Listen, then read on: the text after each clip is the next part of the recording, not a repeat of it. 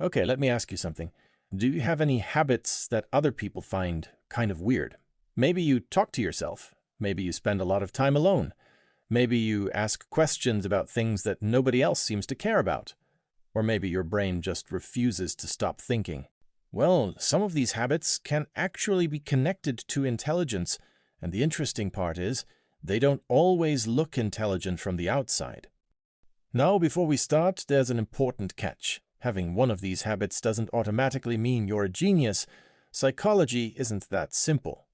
These behaviors are interesting because researchers have found connections between some of them and traits like curiosity, self-reflection, creativity, and cognitive flexibility.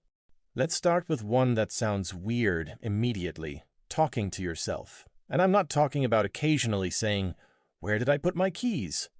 I'm talking about having an actual conversation with yourself. You ask yourself a question, then you answer it. Sometimes you even argue with yourself. You might even explain something out loud as if you're teaching another person. And honestly, that can be useful. Speaking your thoughts can force your brain to organize them. Instead of having 10 messy thoughts floating around in your head, you're turning them into actual words. Think about when you're trying to solve a difficult problem. Sometimes you suddenly say, "Wait, if I do this first, then I can do that." The moment you say it out loud, the problem somehow becomes easier to understand. That's because you're not just thinking anymore. You're structuring your thoughts. The second habit is something children do all the time, but adults often stop doing it. Asking questions. Lots of them. If you've ever been the person who keeps asking, "But why?" even after everyone else is satisfied with the answer, you might relate to this. Because here's the thing. Curiosity is basically your brain saying, "I don't understand this yet, and I want to." Intelligent thinking isn't just about knowing lots of information. It's also about recognizing what you don't know. And curious people don't necessarily ask questions because they want attention. Sometimes they're genuinely interested in how things work. They want to know what causes something, what happens next, and whether there's another explanation. Now, here's one that people misunderstand a lot: enjoying your own company.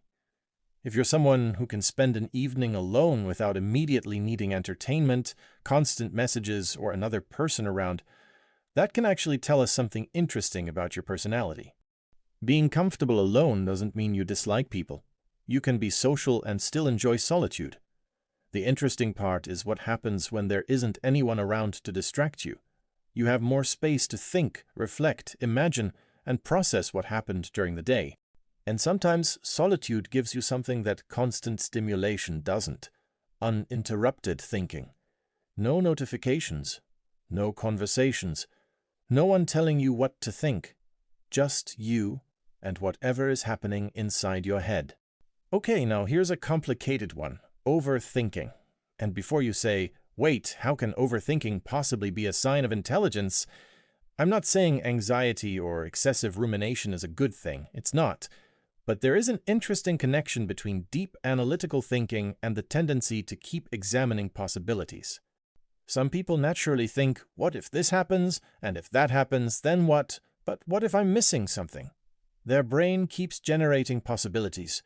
That can be useful when you're solving complicated problems, but exhausting when you're trying to decide what to eat for dinner.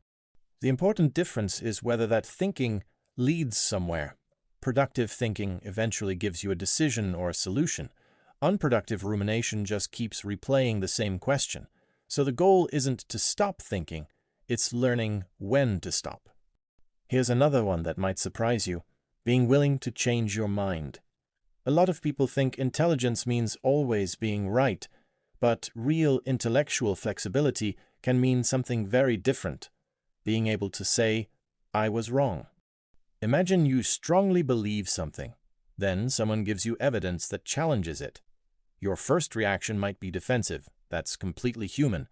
But instead of immediately rejecting the information, you think about it. You check the evidence, and if it makes sense, you update your opinion. That doesn't mean believing everything anyone tells you. It means you're more interested in being correct than in protecting your ego. And honestly, that's a pretty powerful mental habit. Another interesting behavior is not automatically following the crowd. If everyone around you loves something, you don't necessarily have to love it too.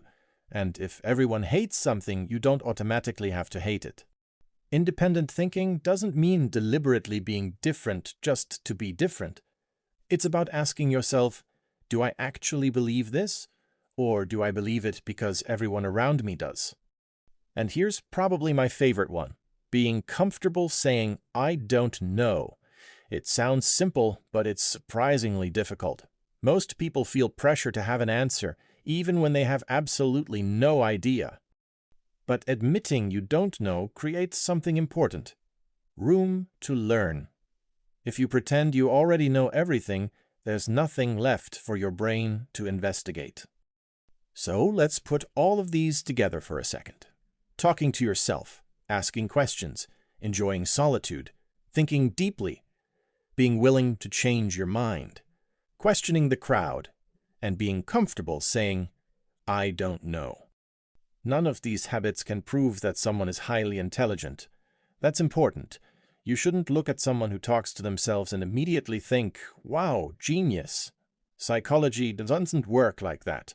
What makes these habits interesting is that they can reflect things like curiosity, reflection, openness to information, problem-solving, and independent thinking. And those are the kinds of traits that can help someone learn and adapt. So maybe that weird little thing you do isn't as meaningless as you thought.